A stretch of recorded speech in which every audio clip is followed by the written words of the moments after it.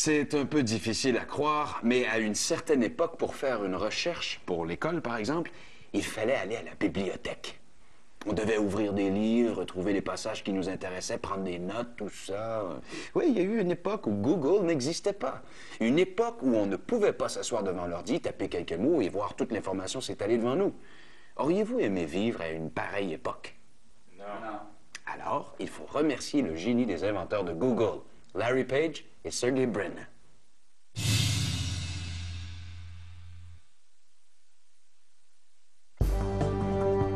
Larry et Sergey sont les entrepreneurs par excellence de Silicon Valley. Ce sont des visionnaires.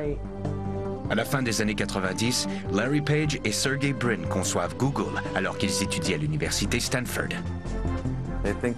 Ils accomplissent un travail formidable et ils souhaitent changer le monde. Google est aujourd'hui le moteur de recherche Internet le plus utilisé au monde.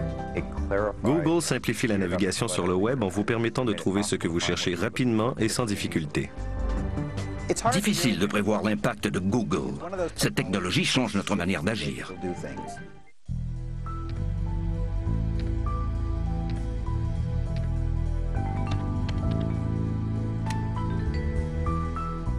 Il y a quelques années, il était pénible et difficile de trouver ce que vous cherchiez sur Internet.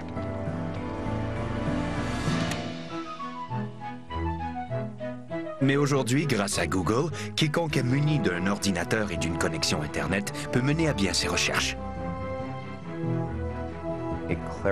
Google a permis de démêler l'amas d'informations qu'on retrouve sur le web. Il est maintenant possible d'effectuer des recherches rapides et efficaces. Google répond quotidiennement à plus de 200 millions de recherches provenant des 4 coins du globe. I'm from England, and a lot of people in England use Google. Everybody in Ireland uses Google. Yes, Google is in France is very popular.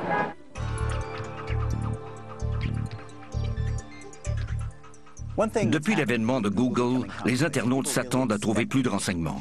Vous pouvez chercher des informations sur la personne que vous allez rencontrer avant un rendez-vous amoureux. L'index de Google représente ce que nous sommes aux yeux des autres. C'est un phénomène social tout à fait nouveau. Google améliore aussi les soins de santé.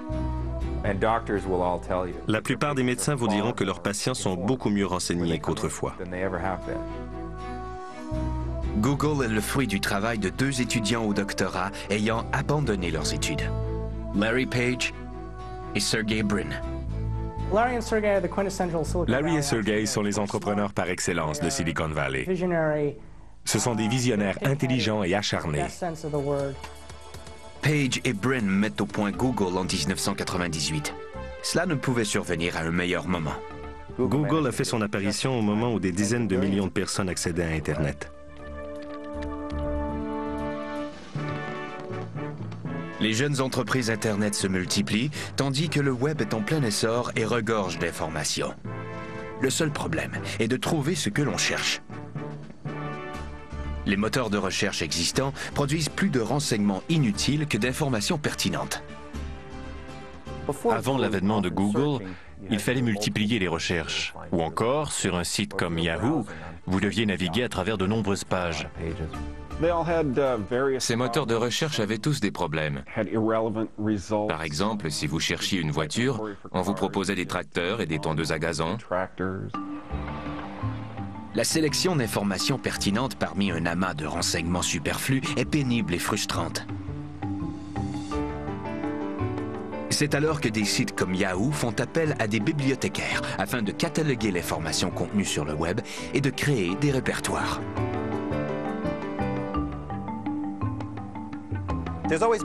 Il existe une importante divergence idéologique entre Yahoo et Google. Yahoo a recours à une approche plus traditionnelle.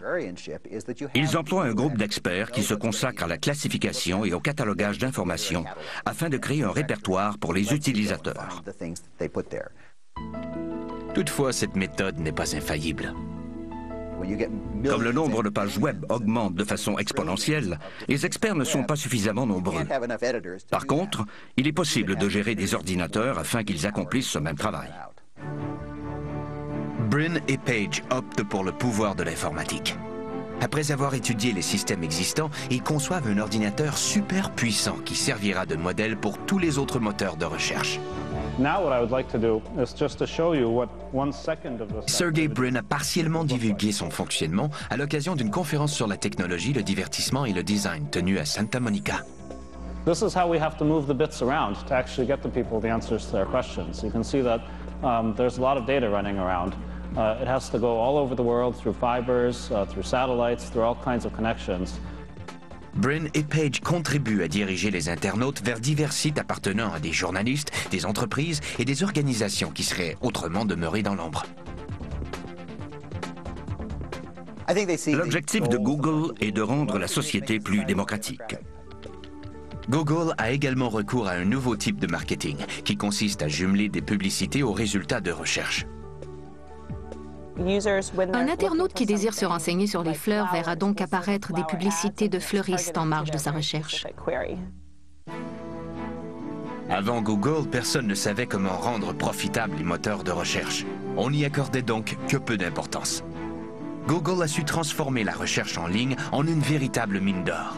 Les publicités jumelées aux recherches se multiplient plus rapidement que tout autre type de marketing. Qu'il soit question de trouver de l'information ou de faire un profit, Google est devenu la référence sur le web en matière de recherche et de publicité. Il est difficile de prévoir le genre d'impact qu'aura Google. Ce type de technologie change notre manière d'agir. L'avènement de l'automobile, par exemple, n'a pas seulement facilité le transport. Cela a influencé notre manière de structurer les villes et les réseaux routiers. Et Google joue un rôle similaire dans notre société.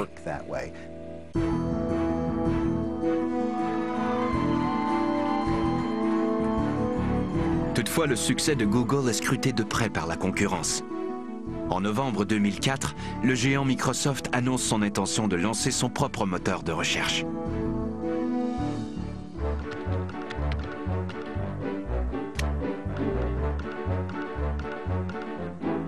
De nombreuses entreprises se lancent à la poursuite de Google et de ses créateurs. 2 étudiants au doctorat devenus magnats de l'informatique.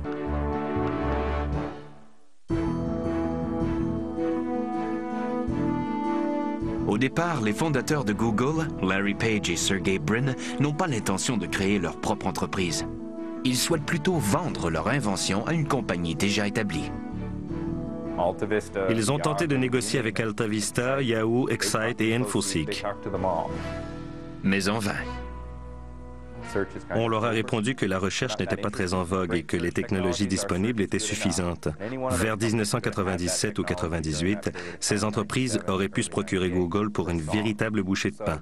Larry et Sergey ont alors fondé leur compagnie. À ce moment, Brin et Page se connaissent depuis à peine 3 ans.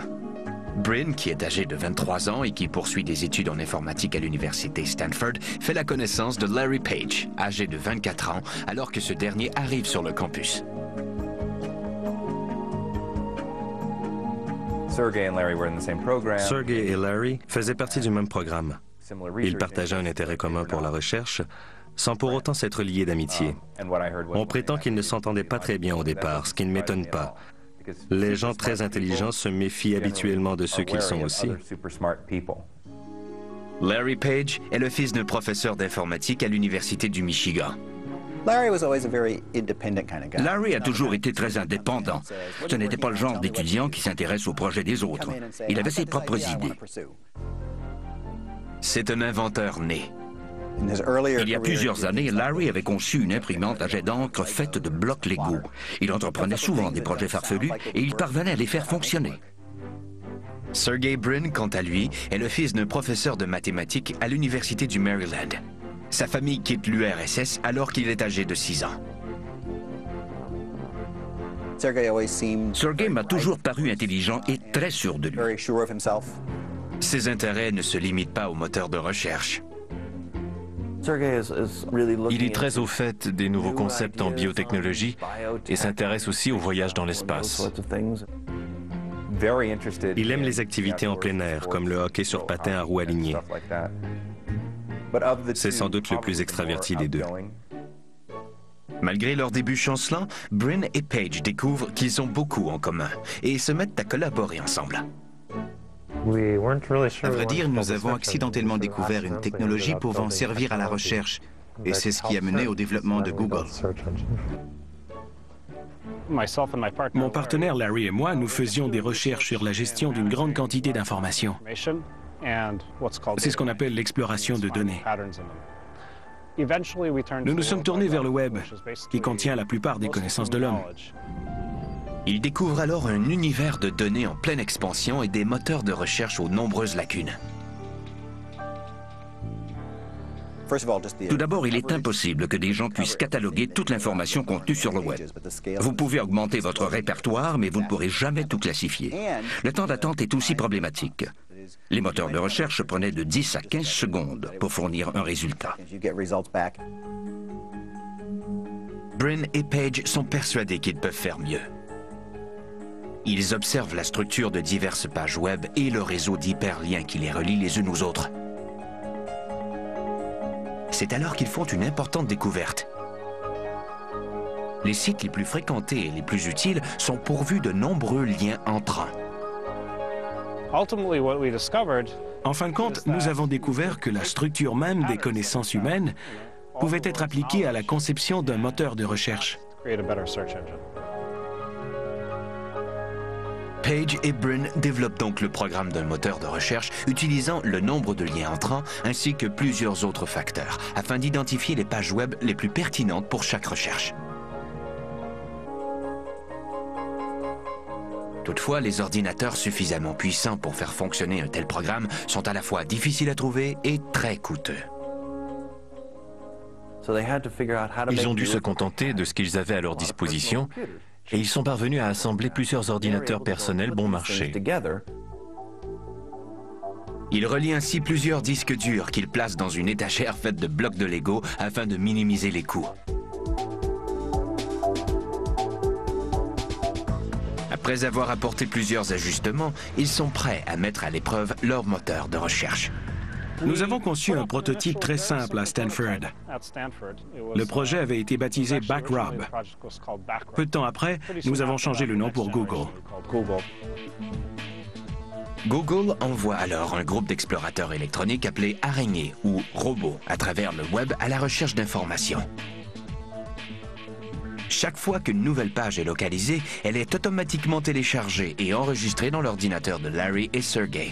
En 1998, leur système compte 25 millions de pages répertoriées. À cette époque, les moteurs de recherche sont peu répandus et les propriétaires de certains sites y voient une intrusion. Je me souviens en particulier d'un artiste de Singapour dont le site était ouvert à tous les internautes.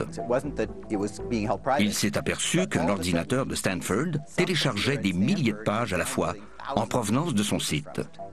Nous lui avons expliqué que ce n'était pas dans le but de les redistribuer, mais simplement pour créer une banque de données accessible à tous.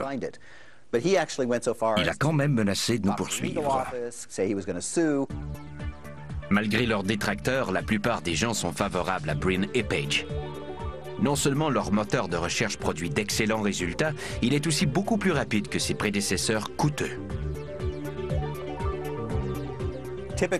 Généralement, un ordinateur puissant est muni d'un processeur très rapide.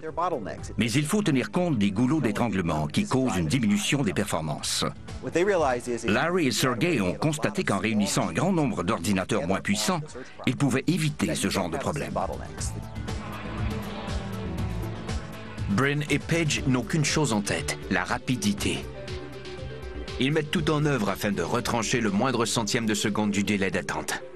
Ils se sont aperçus que s'ils parvenaient à réduire le temps d'attente à moins d'une seconde, les internautes utiliseraient la recherche d'une manière bien différente. C'était l'un des principaux objectifs tout au long du projet. Il a donc fallu accroître la puissance des ordinateurs jusqu'à ce que le délai moyen atteigne une seconde. Ceux qui essaient Google l'adoptent aussitôt. À l'origine, le nom devait être Google, appelé G-O-O-G-O-L, soit le terme mathématique désignant le chiffre 1 suivi de 100 zéros. Malheureusement, c'était avant l'invention de notre correcteur d'orthographe. Le nombre de recherches effectuées sur Google surpasse bientôt les capacités du système informatique de Brin et Page. Encouragés par leurs collègues de Stanford, ils se lancent à la recherche d'un partenaire d'affaires. Larry et Sergey ont toujours été animés par le désir de créer quelque chose d'utile. Ils proviennent tous deux de familles intellectuelles où l'argent a une importance secondaire. Ils favorisent la transmission des connaissances et l'apprentissage. À l'origine, leur intention n'était pas de faire un profit, mais plutôt de faciliter l'accessibilité à l'information. Toutefois, le monde hors de Stanford ne partage pas cet idéalisme. On leur a répondu que leurs idées étaient formidables d'un point de vue technologique, mais que les moteurs de recherche n'étaient pas très populaires. On les considérait comme de simples outils techniques. À cette époque, les moteurs de recherche ne sont pas rentables. Les sites procurant le plus de revenus sont des portails offrant divers services tels que Yahoo et American Online. Incapables d'obtenir un brevet, les deux jeunes hommes partent à la recherche d'investisseurs afin de fonder leur propre compagnie. Ils font la rencontre d'Andy Bechtolsheim, fondateur de Sun Computing. Andy a brandi son chéquier, l'a posé sur le capot de sa voiture et a signé un chèque de $100 000 à Larry et Sergey. Il leur a demandé le nom du projet et c'est alors qu'ils ont opté pour Google. Par la suite, ils ont constitué une société. Brin et Page installent leurs quartiers généraux dans la maison d'une amie. Je me suis dit qu'ils travailleraient de jour et que je les verrais à peine, mais ils étaient chez moi 24 heures sur 24. Tandis que Larry et Sergey persévèrent, Google atteint le plateau des 10 000 recherches quotidiennement. Les médias ne manquent pas de le remarquer et de nombreux articles paraissent dans les journaux. PC Magazine nomme Google l'un des 100 meilleurs sites web. Ils ont obtenu un financement de $25 millions auprès de deux des entreprises les plus réputées en capital de risque. C'est à ce moment-là que le reste du monde a constaté l'importance que prendrait cette compagnie. Grâce au financement obtenu, Brin et Page établissent leur jeune entreprise dans un nouveau siège social. Sergey et Larry sont avantagés par leur jeune âge. Ils accomplissent un travail formidable et ils souhaitent changer le monde, comme le dirait Steve Jobs.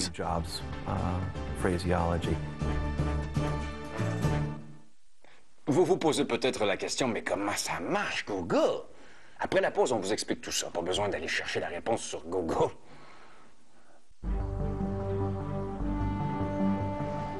En 1999, Google célèbre son premier anniversaire et fait l'objet de 3 millions de recherches quotidiennement. À la fin de l'année 2000, on dénombre 60 millions de recherches par jour. C'est durant cette période que les premières publicités font leur apparition sur les pages de Google. Brin et Page paraphent une entente de partenariat avec l'Italie, le Royaume-Uni, le Japon et la Chine. La jeune entreprise est en pleine expansion. Pour répondre aux nombreuses demandes, Sergey et Larry embauchent quelques centaines d'employés, dont plusieurs brillants universitaires. Nous recherchons des gens qui, en plus d'être brillants et excellents dans leur domaine, s'intègrent bien à la culture Google. L'atmosphère ici est très détendue et les gens s'amusent bien. Leur travail est stimulant et nous favorisons la collaboration. Groupe de réflexion d'une part, terrain de jeu de l'autre, le siège social de Google reflète bien cette culture. Dès le début, nous voulions que Google soit le genre d'endroit où les étudiants diplômés en informatique aiment passer du temps. Et nous avons toute cette nourriture gratuite. Ici, vous pouvez choisir la nourriture qui vous plaît. Et vous vous asseyez pour discuter avec vos collègues des différents projets sur lesquels vous travaillez. C'est un endroit où vous pouvez échanger des idées en jouant une partie de billard. Ce genre d'environnement est propice à la créativité. Grâce à l'imagination débordante de ses employés, Google offre également un moteur de recherche pour les images, pour les catalogues, de même qu'un service de comparaison des prix, des groupes de discussion et des reportages sur l'actualité. En procédant à l'ajout de ces nombreux services, Brin et Page se doivent d'augmenter la puissance de leur moteur de recherche qui sillonne inlassablement l'autoroute de l'information. Mais comment Google fonctionne-t-il? Et quel est le secret de son immense succès? Toute recherche débute par l'envoi d'un robot explorateur destiné à sonder l'inconnu. Dans le cas de Google, l'inconnu est le cyberespace. Et l'explorateur, un programme informatique conçu par Brin et Page appelé Googlebot. Ce dernier parcourt le web à une vitesse phénoménale. Sa mission consiste à identifier tous les sites et en copier chacune des pages. Googlebot examine une à une les pages web. Lorsqu'il trouve un nouveau site, il en télécharge le contenu et vérifie s'il contient des hyperliens menant à d'autres sites inconnus. Il parcourt le monde entier de cette manière. Googlebot tient également compte des mises à jour faites sur plusieurs sites. En raison de son volume, Google éprouve des problèmes d'actualisation. Il lui est impossible de vérifier 3 milliards de pages web chaque jour. Il existe donc une sorte de hiérarchie qui détermine les mises à jour prioritaires, comme celle des services de nouvelles, par exemple.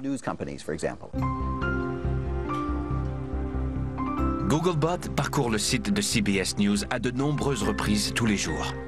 Chaque fois qu'une nouvelle page est téléchargée, le programme informatique laisse une signature électronique. Googlebot visite en moyenne le serveur de CBS News plus de 34 000 fois par jour.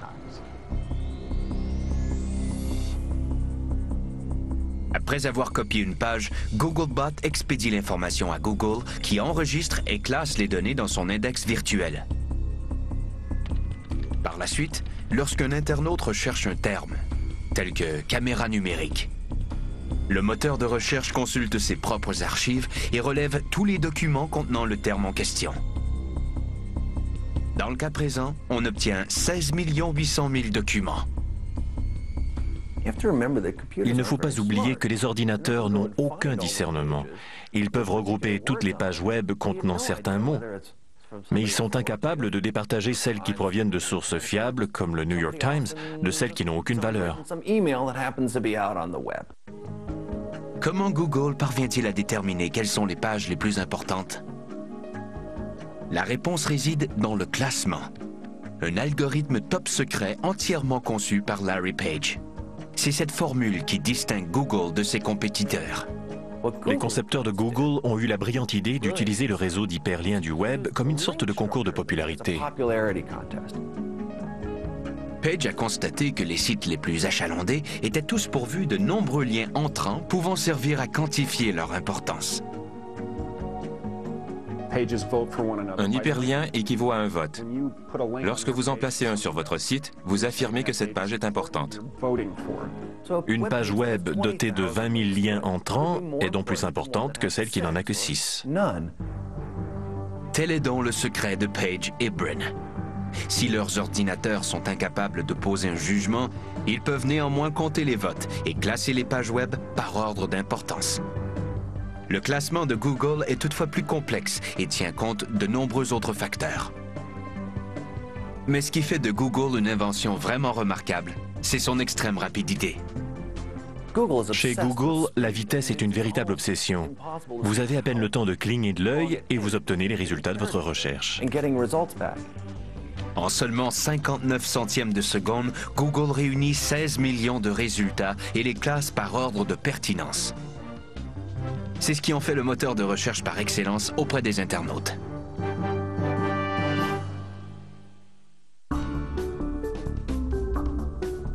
Tandis que Google ne cesse d'évoluer, son logo marque le passage des mois. De la nouvelle année aux célébrations estivales, sans oublier les citrouilles et la dinde de Noël. En 2001, la jeune entreprise âgée de 3 ans répond à plus de 100 millions de recherches quotidiennement. Notre index compte maintenant 5 milliards de pages répertoriées, contre seulement 20 millions lorsque nous nous sommes lancés en affaires. Ce qui veut dire 200 fois plus. Google est également disponible dans une centaine de langues. À l'image de Google, la vie de ses fondateurs connaît des changements. Je fais fréquemment des voyages d'affaires et je rencontre beaucoup de gens. Le mois dernier, j'ai fait connaissance avec Mikhail Gorbatchev et d'autres dignitaires à Londres. Brin et Page évoluent également dans leur manière de percevoir la publicité. Dans un premier temps, ils s'y opposent farouchement et soutiennent qu'elle est contraire à leur philosophie d'entreprise. L'un de nos ingénieurs nous a simplement dit « il ne faut pas voir du mal partout ». C'est alors que Brin et Page songent à jumeler des publicités pertinentes aux résultats de recherche. Ils se sont dit que s'ils parvenaient à associer les publicités aux mots-clés des recherches, les annonces apparaissant sur chaque page seraient pertinentes et peut-être même utiles aux internautes. On baptise ces publicités AdWords. Composées de quelques mots seulement, elles se retrouvent en marge des résultats de recherche. Certains moteurs de recherche insèrent des publicités parmi les résultats sans faire de distinction entre les deux. Et ils ont tort. Malheureusement, la plupart des internautes l'ignorent. Les publicités AdWords ont littéralement propulsé Google et ont permis à l'entreprise de croître très rapidement. Vous accédez au site de Google, vous tapez semences de fleurs sauvages et vous obtenez une liste de résultats. À la droite de votre écran se trouvent de petites annonces rectangulaires de quelques caractères. Ce sont les publicités AdWords. La première publicité à apparaître est celle de American Meadows, une entreprise du Vermont spécialisée dans la vente de semences de fleurs sauvages. Google affiche la réclame chaque fois qu'un utilisateur recherche le terme « semences de fleurs sauvages ». Vous cliquez ici et vous êtes immédiatement redirigé vers notre page web. Ray Allen est président de la compagnie American Meadows. Ce qui rend ce genre de publicité vraiment révolutionnaire, c'est le fait que le consommateur vienne à vous, et non le contraire. Vous n'avez pas à solliciter l'attention de votre clientèle, comme dans les magazines ou à la télévision, ni à brandir votre annonce en espérant attirer les regards. Lorsque quelqu'un sélectionne votre publicité, c'est parce qu'il souhaite voir vos produits. L'annonceur n'a pas à débourser de sommes faramineuses. Google vend aux enchères ses termes de recherche. Ray Allen a misé 62 cents pour le terme « semences de fleurs sauvages », ce qui veut dire qu'il doit payer ce montant à Google chaque fois qu'un internaute clique sur sa publicité. Comme la mise de Allen est la plus élevée, son annonce paraît en tête de liste. Pour que les publicités AdWords rapportent des dividendes, il est essentiel que votre annonce soit parmi les 3 premières pour vos principaux mots-clés. Les annonceurs peuvent également consulter les statistiques relatives à leur publicité en direct sur le web. L'un de nos termes les plus populaires est « semences de fleurs sauvages ». On peut constater que 1675 utilisateurs ont cliqué sur notre publicité. Il en coûte à Allen environ $1000, tandis qu'il enregistre des ventes de $7555. C'est un très bon taux. Cette publicité en vaut la peine. Les ventes de American Meadows ont augmenté de 30% depuis que Allen utilise AdWords.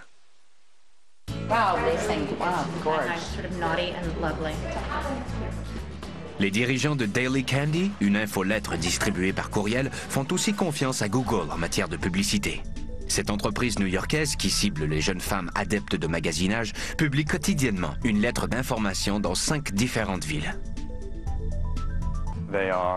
Notre clientèle est composée de femmes qui dépensent beaucoup et qui s'intéressent à la culture ainsi qu'à la mode.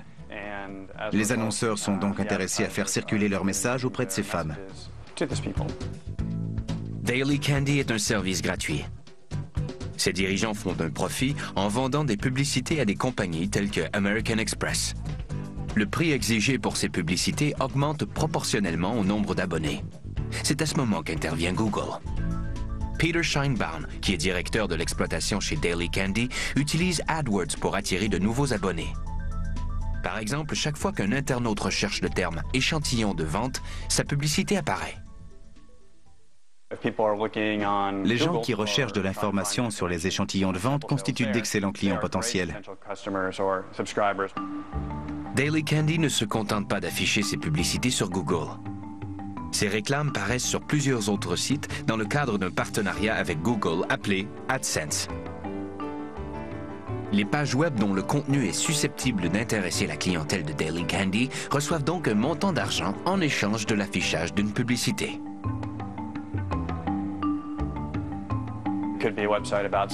Il peut s'agir d'un site web consacré aux échantillons de vente, à la restauration ou encore d'un simple article traitant de la mode et des dernières tendances en vogue à New York, Milan ou Paris. AdSense est une aubaine tant pour les propriétaires de sites que pour les annonceurs. C'est un concept qui remporte beaucoup de succès. AdSense génère environ le tiers des revenus de Google. Et c'est également un produit révolutionnaire. Il permet à des millions de blogueurs à travers le web d'être payés grâce à la popularité de leur site. Au moment de créer Google, Brin et Page ignoraient de quelle manière faire un profit. Ils n'ont plus à s'en soucier, grâce au système publicitaire Pay-per-click. Depuis l'année 2001, Google enregistre des profits sans cesse croissants. Les entreprises ont appris à utiliser Google pour se faire de la publicité. Chez Google, on n'aime pas ceux qui trichent pour que le nom de leur entreprise apparaisse en tête de liste. Alors, de temps en temps, on fait un petit nettoyage. La popularité du système Pay-per-click a créé de nouveaux défis pour Brin et Page.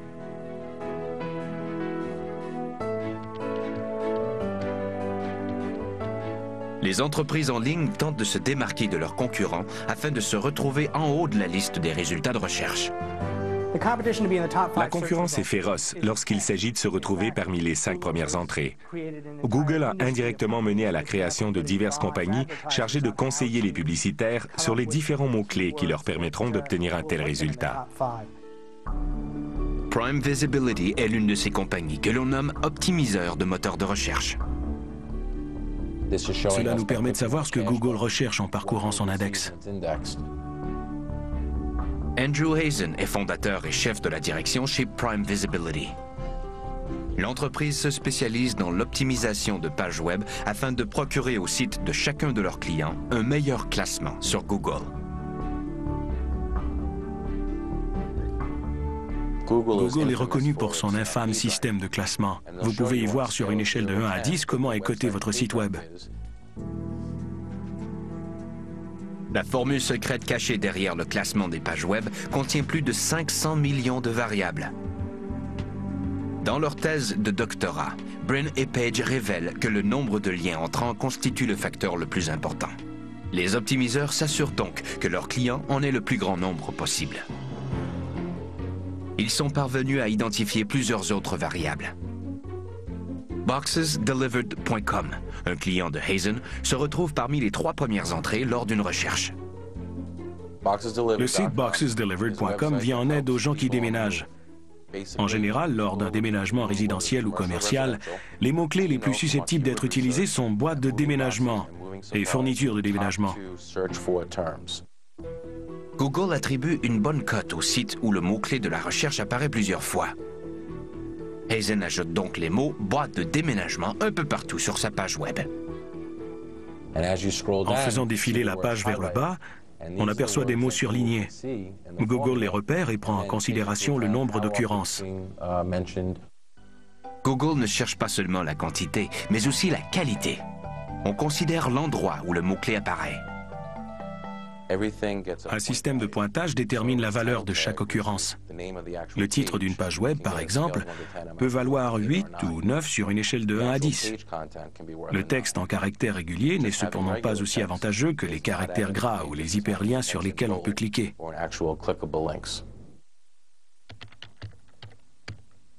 Hazen ajoute des hyperliens dirigeant l'internaute en provenance d'autres pages web vers le site de Boxes Delivered. Le site de Hazen, qui ne comptait initialement que 6 ou 9 liens, en possède maintenant 90. Chez BoxesDelivered.com, nous pouvons par exemple rechercher un site spécialisé dans les changements d'adresse.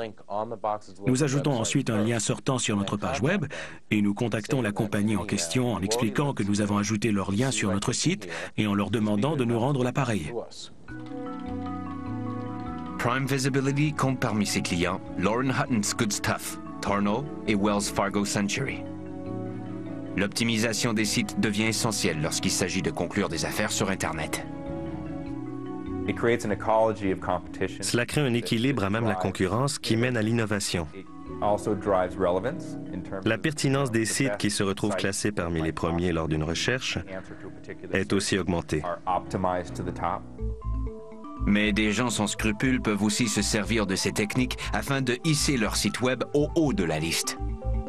Certains optimiseurs vont jusqu'à créer des milliers d'adresses Internet dans le seul but de les relier à un site et d'en améliorer le classement. Le classement repose sur le nombre de liens entrants. Ces gens conçoivent donc leur propre classement et augmentent leur popularité en créant tous ces faux domaines. Je connais une entreprise d'optimisation qui emploie 50 traducteurs dans le seul but que Google ajoute à son index toutes ses pages traduites. Certains optimiseurs mettent sur pied des équipes spécialisées dans le déchiffrage d'algorithmes, ce qui rappelle les décrypteurs américains et britanniques de la Seconde Guerre mondiale. Ils étudient Google du point de vue de la programmation. Ils téléchargent page après page et effectuent une multitude de recherches afin de comprendre ce qui détermine le classement des différents sites. C'est une bataille de tous les instants. Un peu comme l'était la course à l'armement entre les États-Unis et l'Union soviétique. Si l'on met au point une nouvelle technologie, l'autre côté tentera immédiatement de la surpasser. Les efforts déployés afin de dominer le système de classement de Google constituent un problème énorme pour Brin et Page. Cela met en péril la pertinence des résultats qui distinguent Google de ses rivaux. Google réplique en effectuant une mise à jour régulière de son algorithme secret. C'est en février 2003 que webmasterworld.com décide de baptiser les mises à jour de Google, un peu comme le fait le service météorologique avec les ouragans. Il y a d'abord Boston, suivi de Cassandra, Dominique et Esmeralda.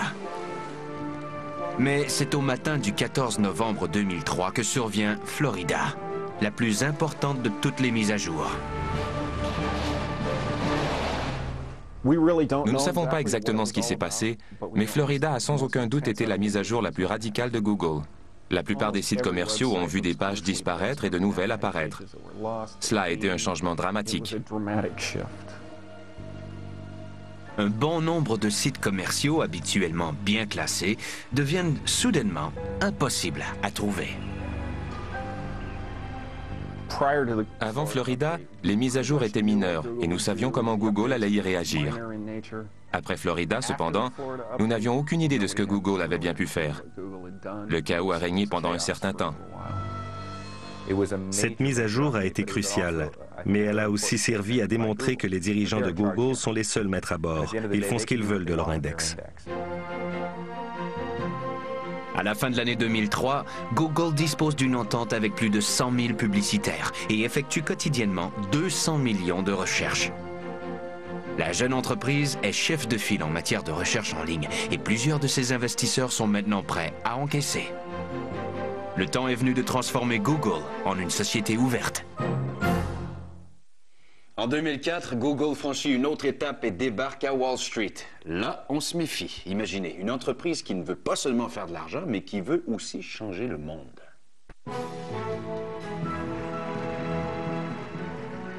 « 2004 marque un grand tournant pour Google. C'est l'année où la compagnie devient une société ouverte, mais c'est aussi l'année où Powerhouse Microsoft lance son propre moteur de recherche. Dans la lettre destinée aux actionnaires potentiels de Google, Brin et Page mentionnent que leur entreprise n'est pas conventionnelle. Leur but, disent-ils, est de faire de Google une institution qui contribuera à améliorer le monde. La valeur des actions est à l'image de l'idéalisme sur lequel la gestion de la compagnie repose. Ils ont réparti les actions de façon à ce que tous puissent en bénéficier.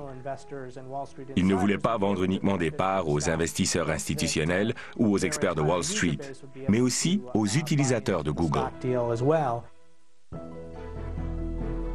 Cette approche inhabituelle se traduit par des coûts moins élevés et des profits potentiels moins importants.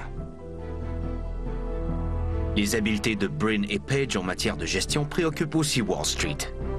Les débuts de Google sur le marché boursier sont donc plutôt chancelants et le prix des actions moins élevé que prévu. Dans le monde des affaires, il est illogique de se mettre Wall Street à dos lorsque cela n'est pas nécessaire. Mais Brin et Page ont fini par avoir le dernier mot. La valeur des actions s'est mise à grimper en flèche et les deux jeunes hommes valent aujourd'hui 4 milliards de dollars chacun. Leur entourage affirme que le succès ne leur est cependant pas monté à la tête. Ils conservent les mêmes valeurs qu'autrefois. Je tente de maintenir un niveau de vie plutôt modeste. Ma voiture est une Honda vieille de 10 ans et j'habite un appartement à Palo Alto. Ils sont dévoués à leur entreprise et son aspect technologique. Ils aiment trouver de nouvelles idées susceptibles de rendre l'information plus accessible. Néanmoins, la transition de la compagnie vers une société ouverte nécessite quelques ajustements. Lorsque leurs investisseurs les ont prévenus qu'il faudrait nommer quelqu'un au poste de chef de la direction étant donné l'importante croissance de Google et le besoin urgent d'une supervision plus expérimentée, Brin et Page n'étaient pas du tout d'accord. Ce n'est que lorsqu'ils se sont entendus sur Eric Schmidt, un ingénieur de renom expérimenté en matière de gestion, qu'ils ont accepté l'idée. Aujourd'hui devenue une compagnie valant plusieurs milliards, Google fait maintenant face à de nouveaux problèmes. Le plus grand défi que Google doit relever est sans doute de passer d'une entreprise qui, il y a de cela 3 ans, comptait environ 100 employés, à une société qui, d'ici 2 ou 3 ans, en comptera plus de 10 000. C'est la chose la plus difficile à accomplir pour n'importe quelle entreprise, et ils le font à un rythme incroyable. Plusieurs employés de Google sont aujourd'hui millionnaires suite à la vente de leurs actions, une situation qui cause d'autres problèmes. Je crois que Larry et Sergey devront faire face à un renouvellement de personnel beaucoup plus fréquent que ce qu'ils ont connu jusqu'à présent. Il y a aussi la concurrence. Depuis que Brin et Page ont démontré que les moteurs de recherche pouvaient être hautement profitables, tout le monde semble vouloir s'en mêler. Yahoo s'approprie différents moteurs de recherche et ajoute des services, tandis que le géant Microsoft prend de plus en plus d'ampleur. Les experts prédisent le début d'une guerre entre les différents moteurs de recherche. Nous faisons face à une nouvelle génération de concurrents, et nous prenons la chose très au sérieux. Microsoft et Yahoo sont des sociétés extrêmement puissantes. Afin de se démarquer de ses concurrents, Google ne cesse d'ajouter des innovations à sa liste grandissante de services. Google Desktop effectue des recherches à même le disque dur d'un ordinateur. Google Print permet à l'internaute de chercher de l'information parmi les livres couramment sur le marché. Grâce à l'acquisition de Keyhole Corporation, l'utilisateur peut rechercher des images aériennes et satellites de la surface de la Terre. Google aspire à devenir la banque d'informations la plus importante au monde, et je crois que Larry et Sergey admettront qu'ils n'ont qu'un bout du chemin de parcouru. Avec environ 8 milliards de documents et d'images emmagasinés dans leurs archives, ces bibliothécaires virtuels sont sur la bonne voie. Je crois que tout ce que vous ne développez pas se compare à un jardin laissé à l'abandon. Nous travaillons très fort afin de mettre au point de nouveaux outils qui pourront être utiles aux générations futures. Une partie de ce dur travail se fait en terrain inconnu d'un point de vue légal. Des poursuites judiciaires au sujet de publicité AdWords utilisant des marques déposées et des problèmes d'intrusion dans la vie privée sont autant d'indices des difficultés à venir. Des plaintes concernant le non-respect des droits d'auteur représentent aussi un risque potentiel. Par exemple, les résultats d'une recherche sont en bonne partie constitués d'items protégés par les droits d'auteur. Google ne les élimine pas, à moins de recevoir une plainte. S'ils peuvent établir un droit de propriété sur la page web, nous la retirons. S'ils ne veulent pas la rendre accessible, la décision leur revient. Le désir de Page et Brin de rendre toute information accessible soulève aussi un important problème de société. Plus les internautes utilisent Google, et plus Google nous définit aux yeux des autres.